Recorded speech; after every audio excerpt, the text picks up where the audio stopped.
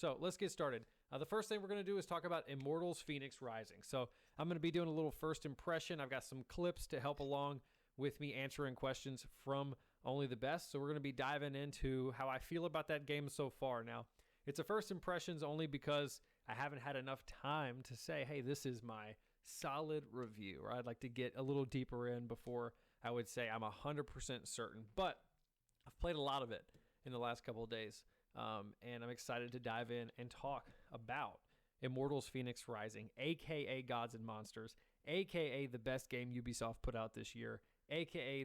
the game that they put the least amount of money into marketing, which tells you a lot about Ubisoft. So, so let's dive right in, shall we? First things first. Let's talk about Immortals Feynx Rising. Now, Immortals Feynx Rising is a game that was originally called Gods and Monsters. It's a Ubisoft game, and it actually, I looked this up. This is really interesting tidbit. The game was created during a playtest or during a workthrough of Assassin's Creed Odyssey. And they changed the graphics up a little bit, and they were messing with it, and they were like, hey, this is like kind of fun and looks cool. And then they went with it and said, what would it look like if we took kind of an Odyssey type game and did something different with it? So I thought it was interesting that it comes from Odyssey. And there's a lot of stuff that I found definitely plays like Odyssey. So I'm not surprised. But I thought that was a cool introduction to it. Also, the game's name changed to Immortals Feynx Rising when Monster Energy decided that Gods and Monsters sounded too much like their energy drink, and someone might think that the game had something to do with their company. So, absolutely ridiculous. I think somebody said we are at 17 subs. You guys are killing it. Over halfway there. 30, and we're going to be giving away another full-price game, any game we talk about tonight. So, Immortals Feynx Rising, I was excited to jump into it. It was coming out as the third Ubisoft game in like a month, right? So they obviously had Assassin's Creed Valhalla, and then they had the third Watch Dogs game coming out. They put a ton of money into those games. And then was this game with a bad name and not a lot of PR, right? Everyone, I think, can agree it's a bad name. Doesn't really roll off the tongue. So I'm excited to talk about it. Best is going to be kind of leading the discussion in terms of the questions. I've got a couple things I want to show you too while we're talking, but let's talk about first impressions of Immortals Feynx Rising. Hit me with it, Best. All right, so this game in the Discord, if you've been at all present while Preacher has been playing it, this game has been getting a lot of comparisons, comically so, to Breath of the Wild and Genshin Impact. So what makes this game different and worth buying? Yeah. So, disclaimer, I've seen a lot of Breath of the Wild. I've only played like a little bit of it. And I've never played Genshin Impact, but I've watched a solid amount of it. So I think when you first see it, when you first look at it, that's definitely what you think. When you jump into the game at the very start, it literally plays like the beginning of Zelda. Like that's where we started bantering back and forth because it was like, oh, look at me, I'm climbing a tall object so that I can see everything. And look at me, I'm gliding down from the tall object so that I can, like we were just going in terms of the things that were similar. And there was definitely a similar setup there in terms of how everything is put together. I would say that this game has the exploration of Breath of the Wild and very similar graphics to Breath of the Wild. The combat is not as much Breath of the Wild. We'll talk a little bit about that more later, but I think the things we're going to talk about next, which really are the combat, the way the story is told, and the way that the myth and the lore of this world really plays. It's just a different feeling game than Breath of the Wild, and obviously a different feeling game than Genshin Impact. And I think most of that comes from the story and the tone. Like, it doesn't feel like you're playing a Zelda game. It has a completely different, wacky vibe to it. And I think it does enough to take a game that's similar in terms of its gameplay, similar in terms of how it's set up. It makes it different enough to where you're like, this is fun. Like, this is not a game of the year, but this is fun. Okay. So how would you describe the game's content plans for the future? Because right now, if you're buying it outright without the Uplay subscription, which is only $15 a month, the game itself is $60. Am I right, Preach? Yep. So for a $60 price and for what you're getting from it, is it worth it? Is it worth it? So there's a couple different buying options for the game, I believe, right? So you do have the Ubisoft Plus, which is a subscription at $15 a month, and obviously you have to keep buying that if you want to keep playing the game.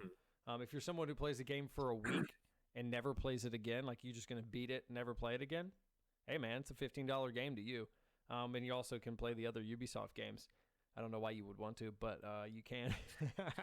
So that is a good entry point. But if we're talking full price, I think it depends on how much time and effort you want to put into the full capacity of the game. So in a very similar way to Zelda, I think you can get lost in doing really none of the story for hours and hours and hours. So like it took me, I believe, an hour to get through the prologue. It took Penn, I think, 3.5. And that's because she just like, oh, look, and went that way and didn't just drive straight through the main storyline, whereas I did. And so, I mean, if we're talking about pure hours of enjoyment, if you're somebody who takes any time to play a game in terms of exploring, checking out the side quests, things like that, you're going to get $60 worth. What's really interesting about this, the way this game is set up, is Immortals Feynx Rising, I think, is being set up as a universe where there's going to be games coming after it that are like Immortals something else, because they actually have already announced the 3 DLCs. And this is a really interesting way to do your DLCs. So the first DLC is a big expansion of the story. That's already out. So if you bought the, I think, $100 version, which is the season pass and the game and all the DLCs, you get the DLC immediately. So it's essentially more game. And so you get this DLC that's an expansion of the game. Then the second DLC is a different character in Japanese mythology. And so it's the same game in terms of the combat and in terms of the way the game plays, but it's a different world, a different mythos, a different character. And so it's almost like Immortals Feynx Rising is one piece of the Immortals, and they're setting up this ability to take the game and do a bunch of different mythologies with it. And so I think that's what we're going to end up seeing is like Immortals Japanese mythology, Immortals this mythology, and kind of pushing into other areas, and it's all Immortals, but they're different versions. And then the weirdest one is there's a third piece to the DLC, which is a top-down game. So it's set back in the Feynx Rising universe, but it plays, I guess, like a Diablo type. It's like a top-down dungeon crawler. And so they completely changed the combat and the way the game plays, but it's an Immortals game. It's just a DLC of the game. I have no clue what it's going to be like or why they did it that way, but I will applaud Ubisoft for like doing something unique. I don't say that often.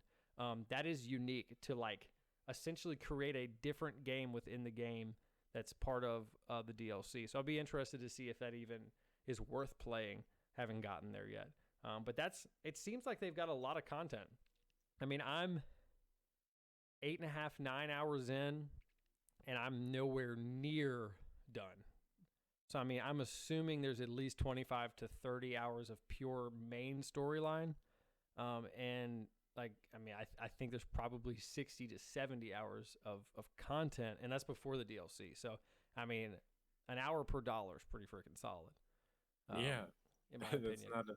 That's not a bad trade-off. And I've for a $50 price tag, it seems like a game like that I could play and I could get enjoyment out of for at least 15 hours, especially the way you're describing it. So I might have to give that a try. Definitely. I would say too, like, think about it this way. If you go get Ubisoft Plus, it's $15. Yeah. If you play the game for a whole month and you like it enough to get Ubisoft Plus again, it's still only $30. True, and now you've got 2 months of that game. And then you might Plus even want to go any try other Ubisoft games. You might want to go try out Valhalla, or you might want to go try out, right? So I think it's worth it if you can say, I'm going to put 15 hours into this game. It's worth just going to get Ubisoft Plus. because you might like it so much. The Ubisoft Plus version comes with all the DLCs and the season pass built in. You get everything, right? And it's like that for every game in there. So it's like, the best version of Valhalla, which is kind of still and the best version of Watch Dogs, right? So I think that's where I would go. It's what I did. I didn't purchase the $60 game. I just got Ubisoft Plus because in my opinion, if I play it for 4 months, which gets me to the $60 price tag, heck, I just play the game for 4 months. There you go. Yeah. Definitely. All right. So who is this game meant for? This game is meant for people who really enjoy lighthearted combat, focused, and exploration. So what I'm going to do is I'm going to show you guys a couple different clips. The first clip I'm going to show you is what I'm calling it's a perfect picture of the tone of this game. So what I love about this game, what I think is made it so enjoyable beyond it just being a good put together game, is it like knows that it's over the top and it embraces the crap out of it. Like it's like, hey, we're gonna be super goofy, over the top, hilarious, cringeworthy type humor, but we're gonna stay true to the mythos of what we're doing, and we're gonna still make a good game. And I think it's just so different than anything. Like so many games take themselves so seriously. Like Watch Dogs was like, I was just like almost depressed playing it because it was so serious, and like I just wanted some relief, And so let's watch this clip and get a good idea of what I'm talking about.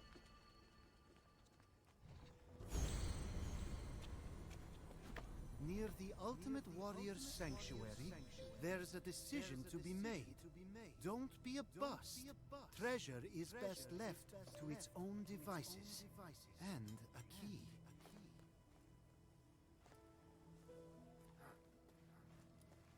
Phosphor! Thank goodness you're safe. He says that you let the Griffin get away, which, in my honest opinion, is a good thing. You would think being carried across the sky by a Griffin would be full of wonder, but let me tell you, it was not. Plus, I'm allergic to cats. Well, there's always a next time. You live, you learn. Oh, nice one.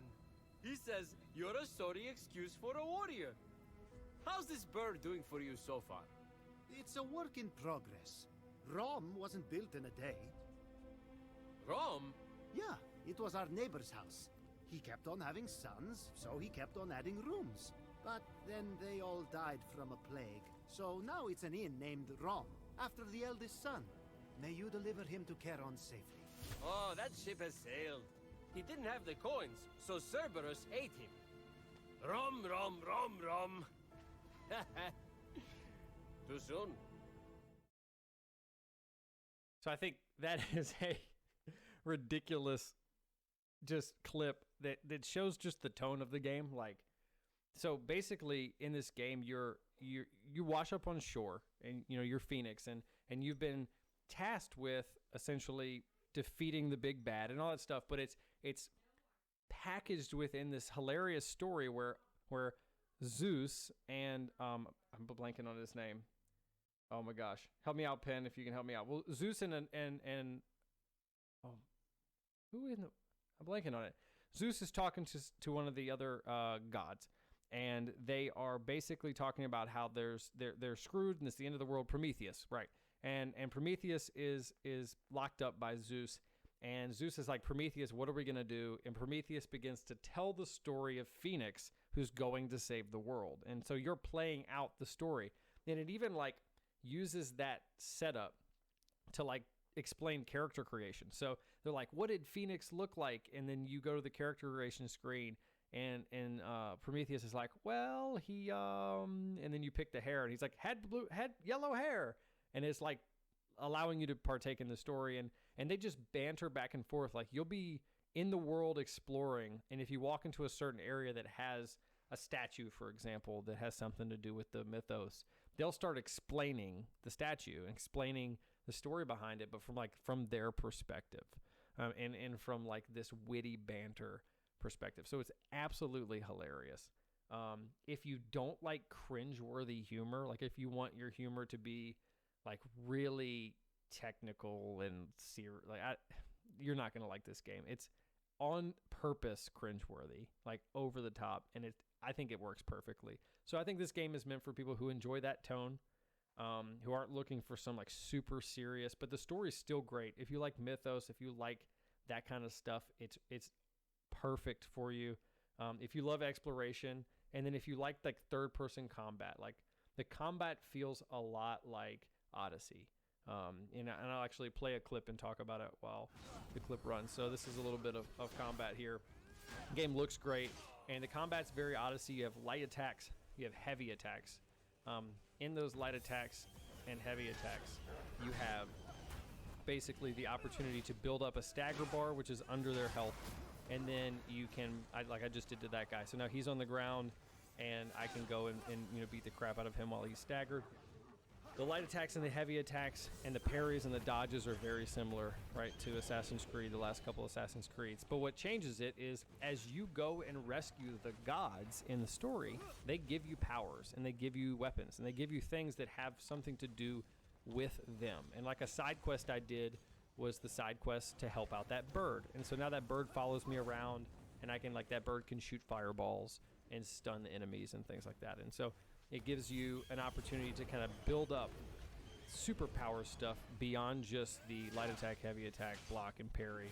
And so it adds a dimension to it that I think is really fun to play with. And what's cool is the way I fight, I think, is nothing like the way Penn and Air and some of the other people in the Discord are fighting, because they've built up maybe different skills, or they're using a different godly power or something, right? So I'm kind of approaching it from, if you watch the way I do it, I approach it from basically using the bird to keep one person at bay while I kill another one.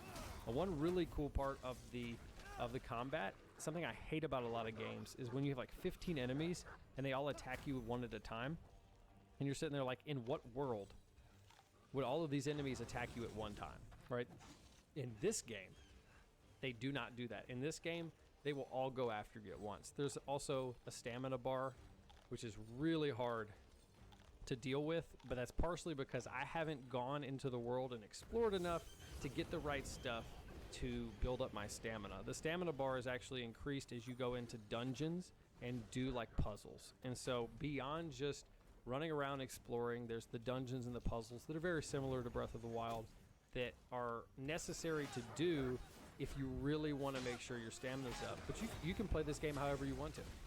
I can go spend 90% of my time trying to find the stuff that helps me get my health up versus the stamina, or somewhere in the middle, and find new weapons and things like that. It's really however I want to play it. And so I've really enjoyed the combat especially. It feels good. It plays good. I've been playing keyboard and mouse, which I feel like not everyone will like, but I think that's more of a preference issue.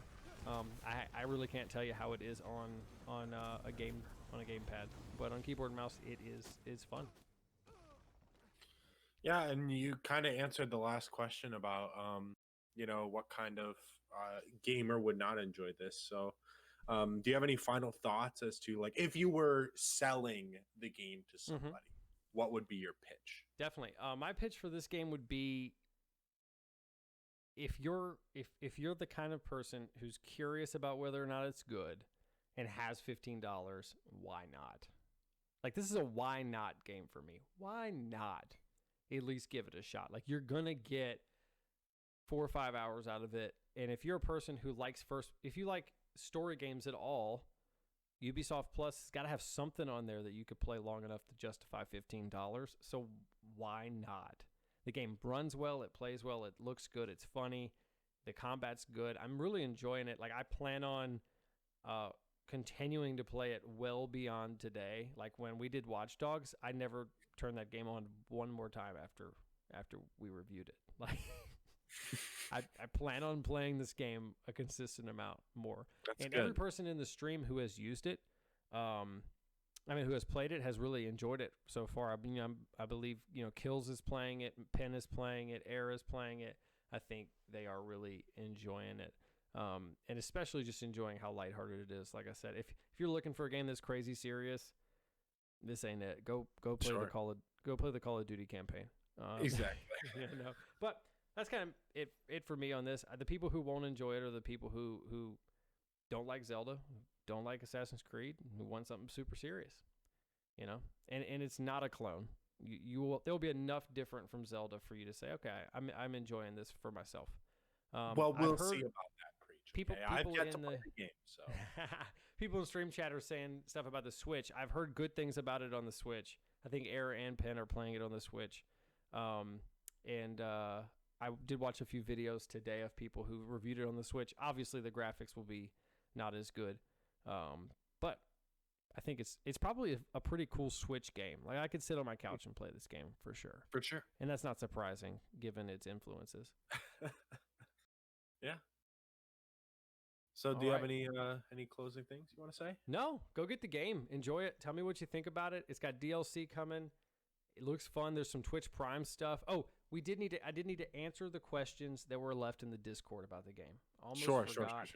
Almost, I was gonna have Ninja just beat me up for that. Live questions. What is the main plot of Gods and Monsters without telling spoilers? Essentially, you are Phoenix and you are trying to take the world back after a big baddie has imprisoned all of the gods because he believes that they're too flawed. And so he has imprisoned them, and you've got to go find all of them and save them. And as you do that, they help in the adventure. And so you get a ton of lore behind each one. What is the gameplay like? We kind of talked about that. I would say the gameplay is much more Odyssey on the combat side, and very Breath of the Wild in terms of climbing, gliding, all that stuff.